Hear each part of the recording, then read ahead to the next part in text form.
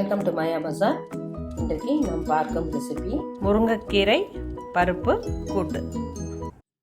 இது மண்ணு கட்டின துவரம் பருப்பு 200 கிராம்.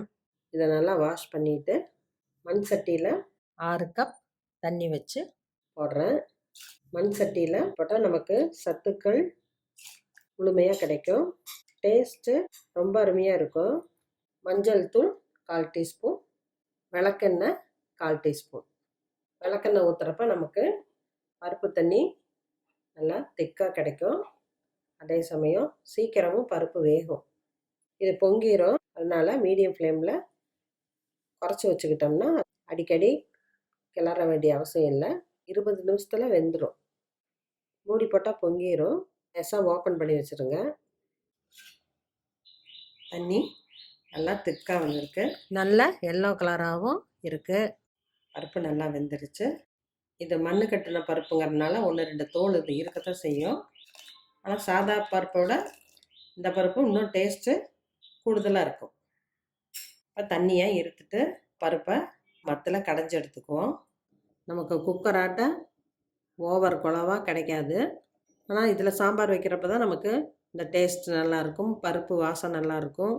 சூடாக இருக்கப்பவே மத்தில் இப்படி லேசாக கடைஞ்சி எடுத்து வச்சுக்கலாம். குழந்தைங்களுக்கு 2 கரண்டி எடுத்து சூடாக இருக்கப்பவே கருவேப்பிலை கொஞ்சம், தூளுப்பு கொஞ்சம் போட்டு நம்ம கலக்கி வச்சிட்டோம்னா குழந்தைங்களுக்கு உப்பு பருப்பு ரெடி ஆயிரும்.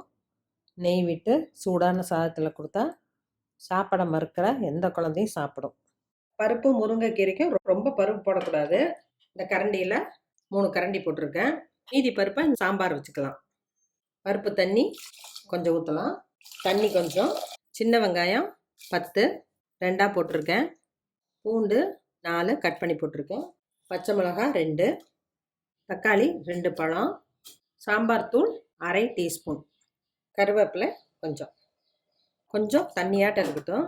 மூடி போட்டு மீடியம் ஃப்ளேமில் 2 நிமிஷம் வேகட்டும். கீரை போடுறப்ப இந்த பதத்தில் இருக்கணும். கீரை போட்டோன்னா அது வெந்தாலும் கெட்டியாயிரும்.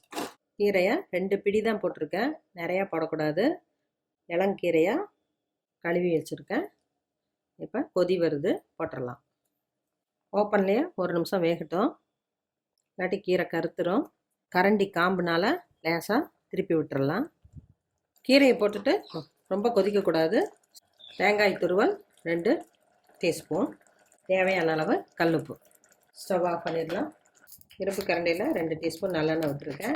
கடுகு கொஞ்சம், நிறையா போடக்கூடாது. கடலைப்பருப்பு 1/4 டீஸ்பூன், உளுந்தம்பருப்பு 1/4 டீஸ்பூன், வரமிளகா 3, கருவேப்பிலை. பருப்பில் போட்டுடலாம். முருங்கைக்கீரை பருப்பு கூட்டு ரெடி ஆயிடுச்சு. இது சுடுசாதத்துக்கு ரொம்ப நல்லாயிருக்கும். குழந்தைங்க விரும்பி சாப்பிடுவாங்க. பெரியவங்களுக்கும் டைஜஷனுக்கு நல்லாயிருக்கும். செஞ்சு பாருங்கள், சாப்பிட்டு பாருங்கள். தேங்க்யூ.